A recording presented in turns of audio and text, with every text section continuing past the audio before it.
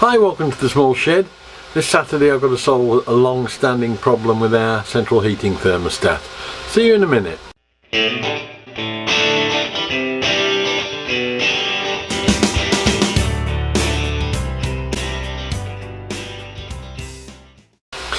Now, word of warning first, I'm dealing with mains electric here, and in the UK that's something you're reasonably restricted on doing.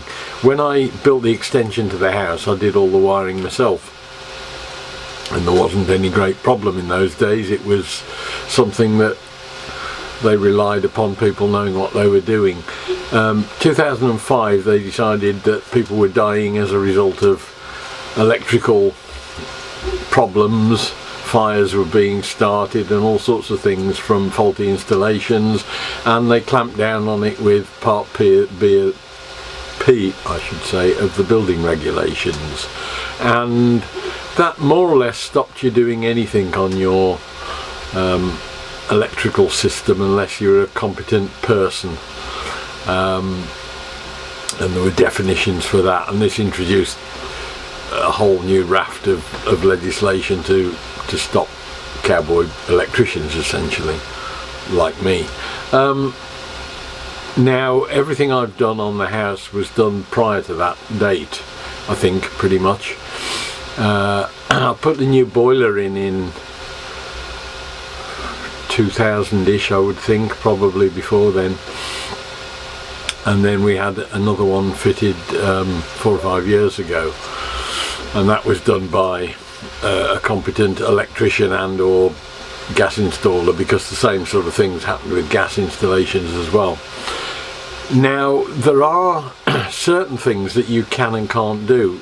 You can put in an electrical spur, one or two other things like that, and until I think it was about 2015 I couldn't have done what I'm doing now, because it involves working in the kitchen, and I think there were restrictions up to that point on even working in a kitchen. There are certainly restrictions now in bathroom areas, because obviously they're bothered about people getting in contact with water, steam and electricity, which none of which mix very well.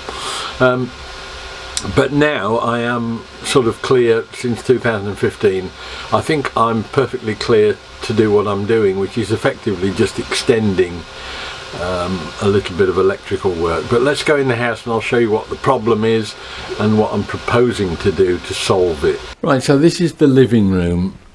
When the house was built, there was a wired in system which came into a thermostat, which actually was on the other side of the wall in the hall here, which I drilled through the wall and moved into here, because this is the room in which you want the temperature controlled, not the hallway, which was probably colder and resulted in the heating being on more than it needed to.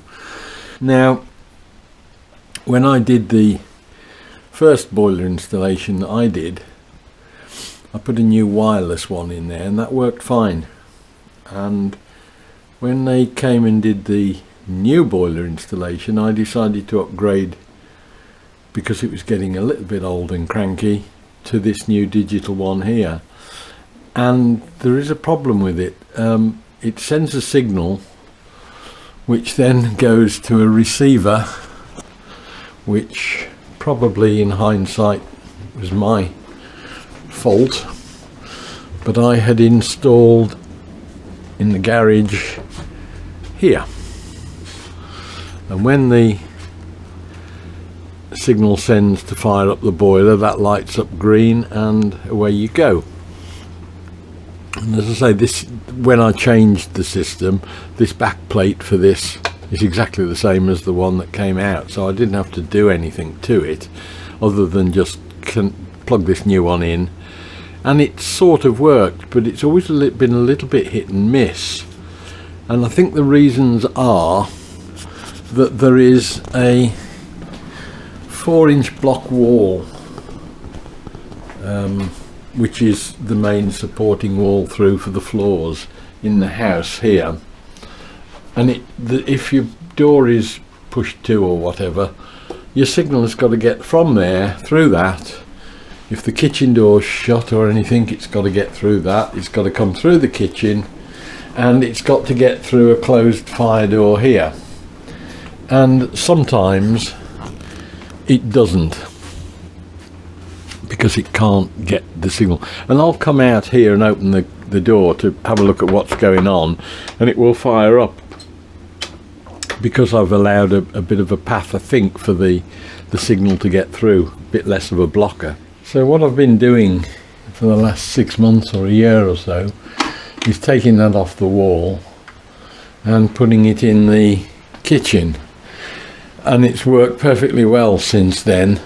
The only problem being, of course, that if you're in here, you shut the door when you're cooking, the place warms up, and before you know it, where you are, this room is hotter than the rest of the house, and that switches the heating off in the rest of the house. So clearly that's not a situation that we can carry on with, and it's time to actually sort what is, I think, a relatively quick and easy job, and get it sorted. So let's make a start. So all I'm going to do essentially is get this cabling, put a junction box in there. There are 5 wires. It's essentially 2 twin and earths, I think, if I remember right. I've got to go and have a look. I'm going to take that wire, then run it up that reveal up there, through the wall and into the house. So I can come through and put the receiver up there for all it matters, because I'm taking out this transition through the wall. And I think if I get that receiver up there, job's a good one. So I'm going to kill the electrics, take this panel off, have a quiet look, and we'll see what's going on in there and how we run the cabling. So first job is to get all the rubbish from in front of, give me a bit of space to work, and above where I'm working, so we can run the wires properly. Tidy this up. So first thing I want to do, I'll just turn the heating on. You can see if you turn it down, it should switch off remotely, like that. But just to make sure everything's working okay, I'm just going to kill it. I'm pretty certain that that switch kills the electric to the thermostat. That's done that. So we know that that is now off. I will check it further when I get to the bits that hurt. First thing I need to do is take the cover plate off this. It's just loosening a screw there, and that just comes out like that on a set of connectors. And I say that is the same as the original set that we had for the old boiler thermostat. It's just that that seemed to be able to reach here without any problem. This one struggles. And I think the best thing to do is to go through at the very top, because at the top, this used to be the back of the garage where it came out from the house. When we extended the house and put all the floors and everything in, we had to come up higher before we could put the joists on, because the garage ceiling was lower originally. And that is a block wall rather than a brick wall, so that is going to be quite easy to drill through into the kitchen. That should be up over the fridge in the corner, which it is, but clearly no power in them. So that's good. So we will. I'm just thinking out loud now. There is no reason at all why I can't actually dispose of these wires coming from this box into here and back out again, and just go straight back to the box and take the wires up there. Good. So I'm going to take that one off as well now. That one is a bit more hairy because that one will have power connected to it. So I want to have a very quiet look at that one. Oh, there's a fuse in it as well, so that's good. We can take that out and kill that one, which is good. So I'm going to sort of start and work backwards now Now I know where I'm connecting to, rather than connecting all this lot up and taking the wires in to the back of this plate and having to cut it up in the air. I can actually wire this, take these apart now, wire this plate up, drill a hole in the wall, come down with the cables, and I've got a little bit of room in here to lose any extra cabling if I need to. Right, in an attempt to keep the disruption to a minimum, I've put a piece of wood below where I think the hole's going to come out, and taped up to the wall with a bit of masking tape, so that any debris coming in should just drop down onto there without going down the back of the fridge.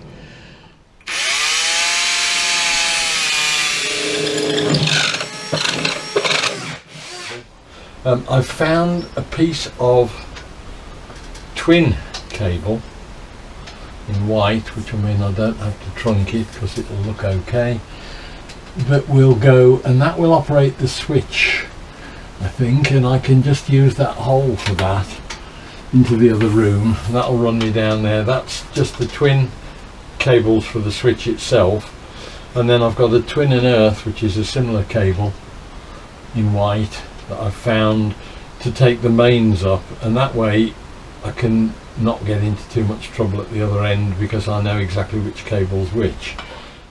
Just been going through the old box of electrical bits I've got in the garage for some parts, and I've found the switch plate, backing plate, that came with this revised thermostat controller, which I didn't use because the one I'd got in the garage already fitted it. So what I've done, I've just replicated what's down below at the moment to the wires. Makes it much easier. I can now just pull that through, screw it to the wall up here, and we've got effectively this end sorted.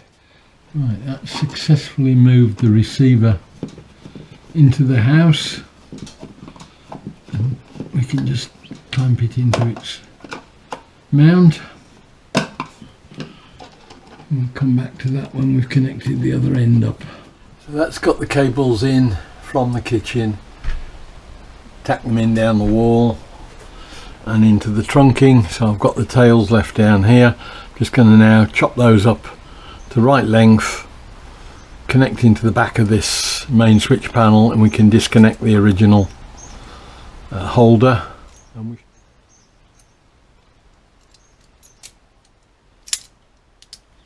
right, so that's swapped out the switch wires 1 and 3. They've gone and now go direct up to the switch wires there. So that's that one done.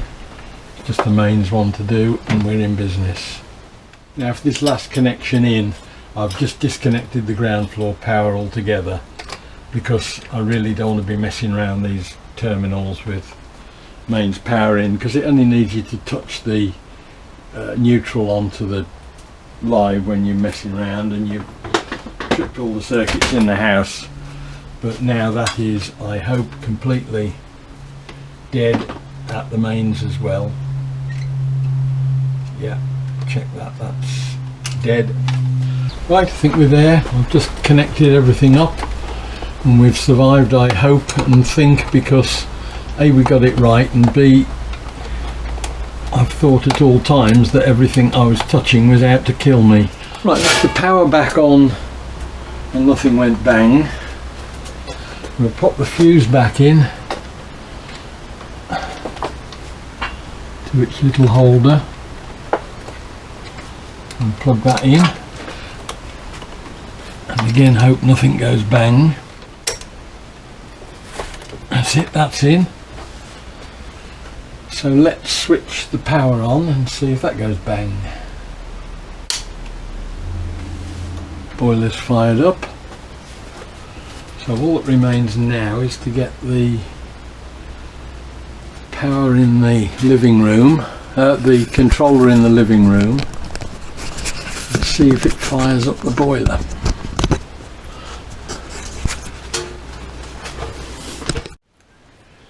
So the test now is to see if that in here, when I click it up to heating, we'll actually operate the control in the kitchen. Yes, it's just clicked in, I've just heard it. You can see that's on the green. So I think we've achieved that. We'll see how we get on over the next few days, but I think we're there.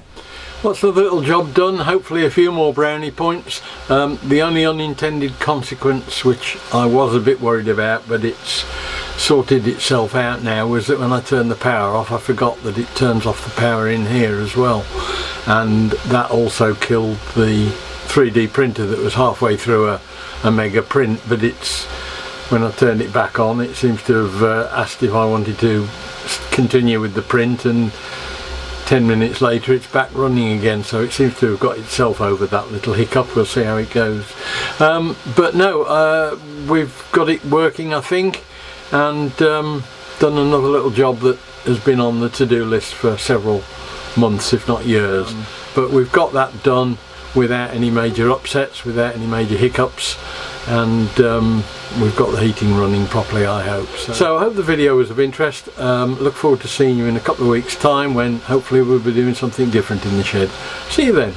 Bye.